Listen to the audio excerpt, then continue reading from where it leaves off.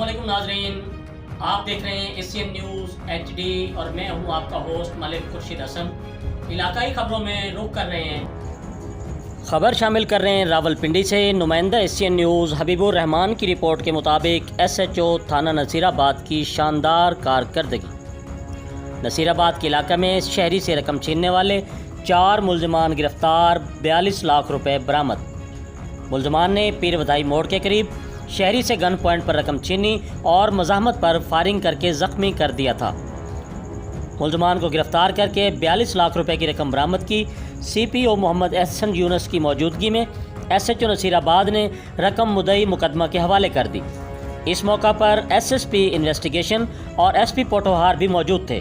गिरफ्तार मुलजमान में सैफ अली खान, अब्दुल करीम, मोहम्मद साकिब और अनीस खान शामिल हैं। मुलजमान को ठोस शवायद के साथ चालान करके करार वाक़ई सज़ा दिलवाई जाएगी। CPO रावलपिंडी मोहम्मद एहसन यूनुस की तरफ से SP Potohar, DSP Cantt, SHO Nasirabad और पुलिस टीम को शाबाश और मुबारकबाद। इस मौका पर CPO रावलपिंडी एहसन यूनुस का कहना था कि शहरियों के जानो माल पर हमला करने वाले कानून की गिरफ्त से नहीं बच सकते।